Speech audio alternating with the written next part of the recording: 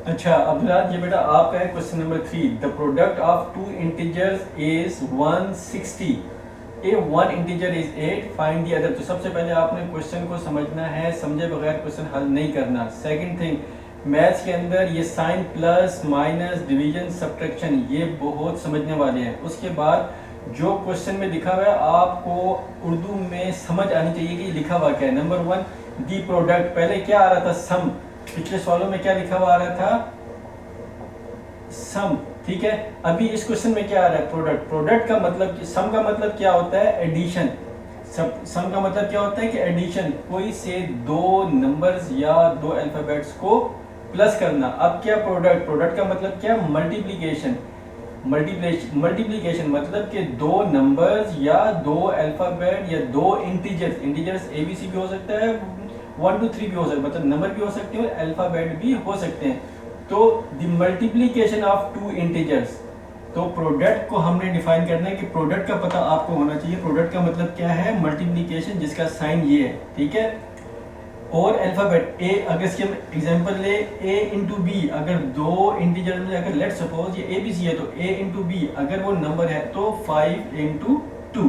समझ आ गई है प्रोडक्ट का मतलब? तो अगर दो इंटीजर्स जिनका प्रोडक्ट मतलब जिनकी मल्टीप्लीकेशन बराबर हो -160 के, और अगर उसमें से एक 8 हो, अगर उसमें से एक 8 हो, मतलब ये कि हम कोई दो प्रोडक्ट को मल्टीप्लाई कर रहे हैं। लेट सपोज 5 इंटू 2, मिसाल के तौर पे कोई भी दो है, मैं एक एग्जांपल के तौर पे ले रहा हूँ कि दो इंटीजर्स हैं 5 इंटू 2।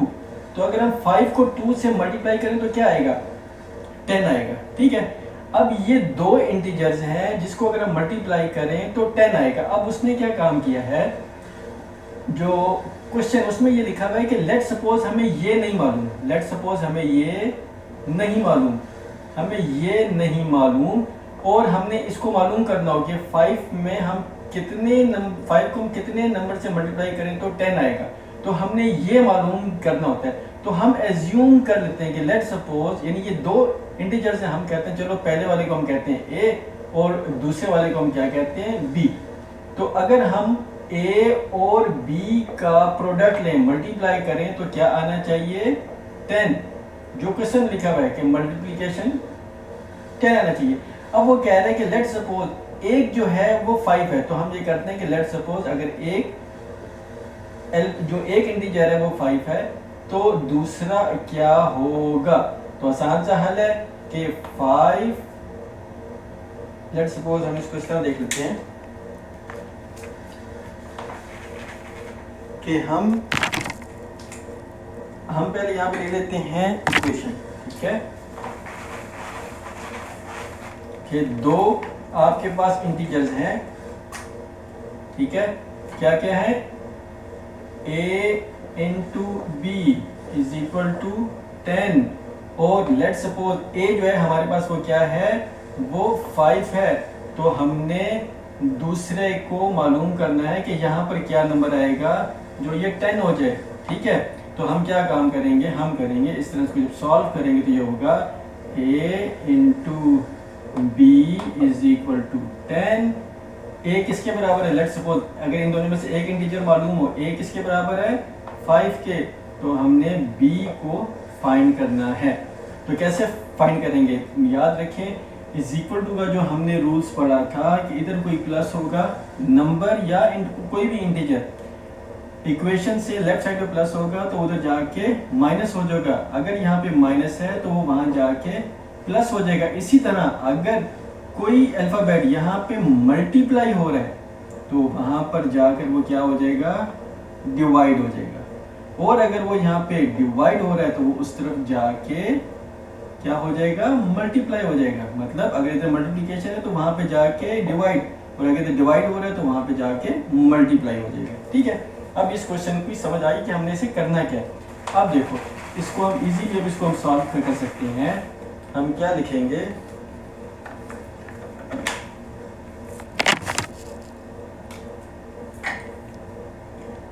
इसको हम लिखते हैं जी सॉल्यूशन। क्या करते हैं हम? सॉल्यूशन। ठीक है, सॉल्यूशन हम किसका करते हैं? लेट जो ऊपर लिखा है वही हमने लिखना था कि लेट दी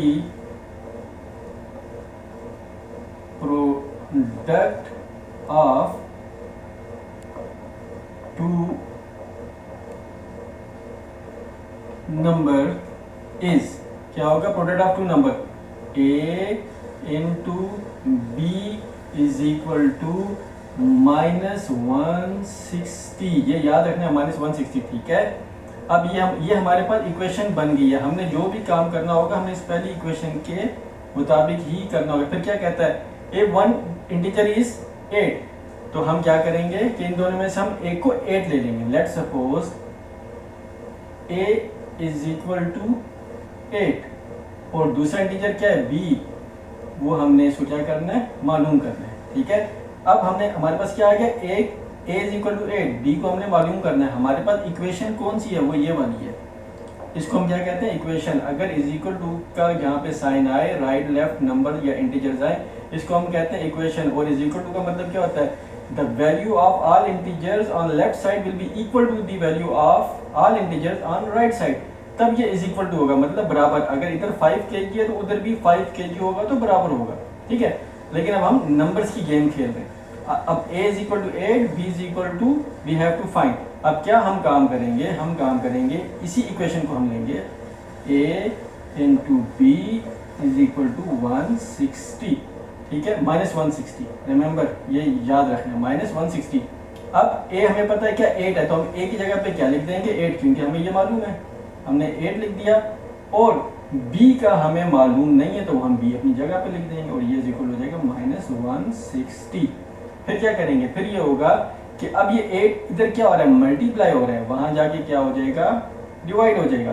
तो इसका मतलब ये होगा कि b इज इक्वल टू, हमने 8 को इक्वेशन की उस तरफ लेके जाना है, यहाँ पर क्या हो रहा है, मल्टीप्लाई, उधर जाके क्या हो जाएगा, डिवाइड। तो हम कर देंगे -160 डिवाइडेड बाई 8, ठीक है। इसको हम ऐसे भी लिख सकते हैं, और या जिस तरह नॉर्मल जो इसका साइन है डिवीजन का, हम उस तरीके से भी लिख सकते हैं कि b is equal to 160 divided by 8, but ये मतलब कि लिखा नहीं जाता।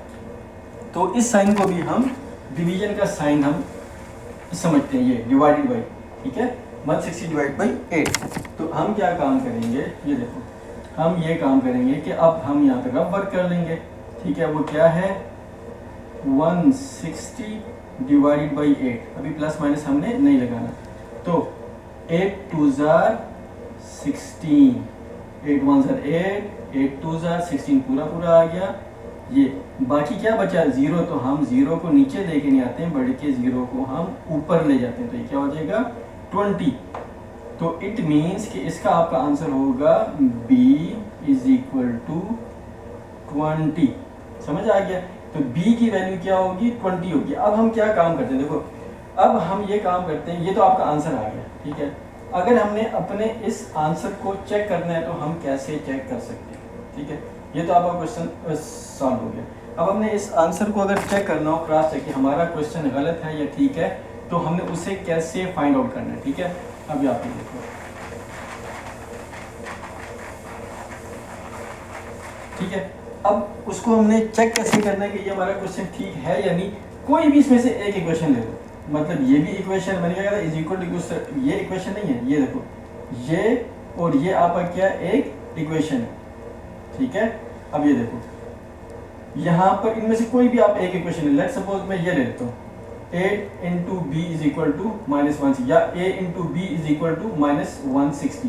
तो मैं ये काम कर, देखो, a into B is equal to 160, ठीक है। a की वैल्यू हमें पहले पता थी, वो क्या है, 8, ठीक है। चेंज कर देते हैं ताकि इजी हो जाएगा आपके लिए, ठीक है। तो a की वैल्यू क्या है,